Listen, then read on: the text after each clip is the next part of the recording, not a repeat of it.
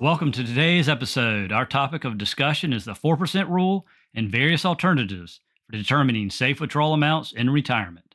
So, what exactly is the 4% rule? How does it work? Where did it come from? And is it something you should consider? The 4% rule is a guide to help you determine how much money you can safely withdraw in retirement. The 4% rule was created by a financial advisor named William Bengen in 1994.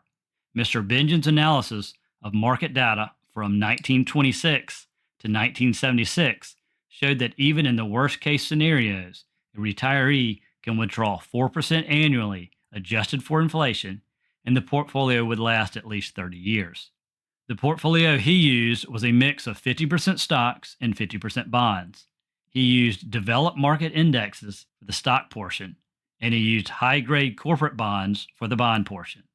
Then in 1998, three professors from Trinity College in Texas, now called the Trinity Study, updated Mr. Bengen's original study. This time, the withdrawal rates were tested using historical data from 1926 to 1995. The authors tested all 30-year rolling periods through 1995 and concluded that a 4% initial withdrawal rate adjusted for inflation had a 95% probability of success for all 30-year periods using the similar 50/50 portfolio. Then in 2014, Dr. Wade Fowle updated the Trinity study using data through the year 2014. Dr. Fowle also changed the bond type from corporate bonds to intermediate term government bonds. Fowle found a 100% chance of success instead of the 95% success using the same assumptions that created the original 4% rule. In Fowle's update, every 30-year retiree still had money using a 50/50 stock to bond portfolio while withdrawing 4% of their retirement savings each year adjusted for inflation. Even though past history proved the 4% rule does work, Dr. Fowle also asks and examines a crucial question in his updated study. Will the future look like the past? That's the million-dollar question. I will point out that Fowle's time period included the Great Depression, stagflation in the 70s, the dot-com bubble, and the 2008 subprime crisis. So there were some obvious bad times in his study. What if you wanted to use the 4% rule? Well, let's look at an example. Let's assume you plan to retire at age 65 and plan to live to 95, so you have a 30-year retirement. You have a 50/50 stock-to-bond portfolio of $3 million. You can withdraw $120,000, which is 4% of your total portfolio, in the first year of retirement. The next year, you would multiply the $120,000 by the rate of inflation. Let's assume the inflation rate is 2.3%. Then the equation would be 120,000 times 1.023. In year two, you can now withdraw $122,760. You continue to repeat this for each year of retirement. So here's my opinion. Although the 4% rule may work for some, caution may be necessary, especially if there's a prolonged bear market at the start of your retirement. Plus, it's not a one-size-fits-all solution.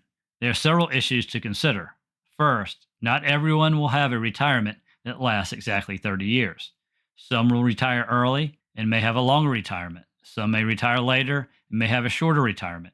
And others may not need to start income at the beginning of their retirement. Second, the 4% rule is very rigid. It assumes that you will increase your spending every year by the rate of inflation without any deviation, even during a prolonged bear market.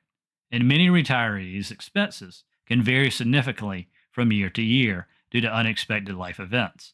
Third, I see many retirees spend more money in the early years of their retirement on things like travel and hobbies, and then often reduce spending in their later years. Fourth, the 4% rule is based on historical market returns, and some projections suggest that future returns may be below long-term averages, which could result in a withdrawal rate that is too high. Fifth, the 4% rule assumes a portfolio split of 50% stocks and 50% bonds, but not every retiree will be comfortable with this allocation. Six, it may be in some retirees' best interest to use a staggered withdrawal strategy. For example, if a couple is healthy and planning to retire at age 65, with a history of longevity in their families, it may be wise to postpone their Social Security benefits until age 70. This means they will have to withdraw a larger amount from their investments for several years before they receive their Social Security benefits. As a result, the traditional 4% rule may not be applicable for them. And lastly, it's very important to consider advisor fees, as they can greatly impact the amount of withdrawals you're able to take during retirement. For instance, if you have a $2 million portfolio and you're paying 1% fee to your advisor and you follow the 4% rule, you will be taking out $80,000 starting in the first year of retirement, which is 4%. And your advisor will also be taking out $20,000 in fees the first year. So your first year in retirement will be a total of a 5% withdrawal rate, which may be too high. Let's explore some alternatives to the 4% rule. One simple alternative would be to start with the 4% rule, but instead of increasing the rate each year with inflation, use a more dynamic approach by taking out more when the market is up and less during down markets. Another similar approach is Morningstar's safe withdrawal rate rule. It's similar to the 4% rule because it adjusts for inflation after year one, but it uses past history and forward-looking projections to determine a safe starting point. Morningstar comes out with a new safe withdrawal rate every December. For new retirees starting to take withdrawals in 2023, their safe starting withdrawal rate is 3.8%. However, for those who retired last year in 2022, the starting rate was only 3.3%. Another withdrawal approach is called the dynamic distribution rates, or the guardrails withdrawal strategy, which determines the maximum withdrawal rate based on the percentage of the overall portfolio value and fluctuates based on several rules. We will discuss this in more detail in my next episode. The final strategy I'll discuss is called the staggered withdrawal strategy. This approach involves withdrawing a larger percentage of your investments and savings in the initial years of retirement while delaying your Social Security to take advantage of the 8% increase you get per year by waiting to start Social Security. This strategy varies greatly among retirees depending on multiple factors. Here's an example. You retired age 62, you're in good health, longevity runs in your family, and you have enough money saved where you may live off some of your savings until full retirement age 67 or even age 70. So you can delay Social Security and take advantage of the higher guaranteed benefits. To minimize the risk of running out of money, retirees can also consider setting aside 1, 2, or even 5 years or more of income in safe investments. The number of years will depend on your personal risk tolerance and other factors. Some safe investments may include short-term government bonds, government bond ladders, short-term treasury ETFs or funds, CDs, and money markets.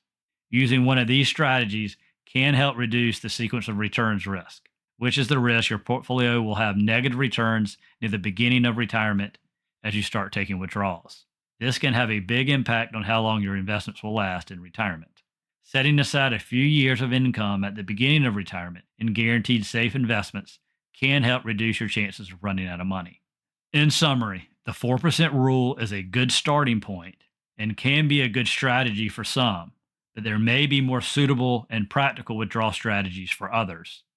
It's essential to consider various factors in determining a safe withdrawal rate based on your unique circumstances, including length of retirement, investment allocation, income needs, taxes, risk tolerance, financial goals, among others. In my next episode, I'll discuss the dynamic distribution rates, and some call it the guardrails withdrawal strategy, in more detail. Thank you for tuning in to this episode of Retire with Confidence. I hope you found this information helpful in your retirement planning journey. If you enjoyed this episode, please subscribe to my podcast and leave a 5-star review to help others discover the show. If you have any questions, topic ideas, or want to discuss your retirement plan, feel free to reach out to me, George Jamison with Capital Wealth Group. You can visit our website at capitalwealthplan.com to learn more. Thank you again for listening, and I look forward to bringing you more valuable insights on retirement planning in future episodes. And now for the disclaimer. The information discussed in this podcast is for general explanations and education only. It is not tax, legal, or investment advice. Before considering acting on any information heard here, first consult with your tax, legal, or investment advisor. Thank you and have a great day.